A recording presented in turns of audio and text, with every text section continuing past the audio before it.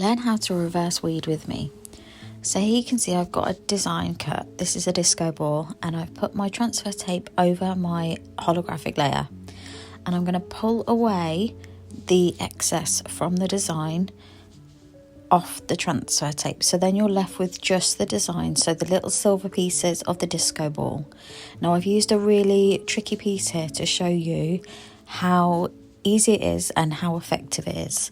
So normally obviously you would lose quite a few bits, but as you can see here, I think I lose one piece in the whole thing, and I'm just pulling it really slowly until the whole excess is in one hand and the rest of the design is on the transfer tape. So then what I'm going to do with the silver holographic is lay it over the top of the pink layer. Now we did the pink layer just normally, but I just wanted to show you, sorry for my head in the way as well, just wanted to show you how easy it is to reverse weed. A lot of people get scared and think they can't do it, but I promise you can.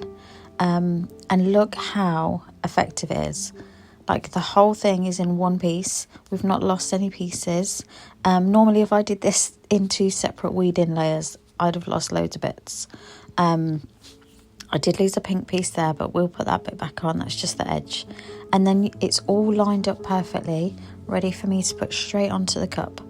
And yeah, I really love it. It's one of the best hacks that I've got. This was all done in one take as well, and it's not sped up at all.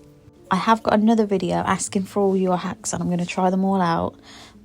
This vinyl here is the holographic from Tech Wrap and the holographic pink from Tech Wrap.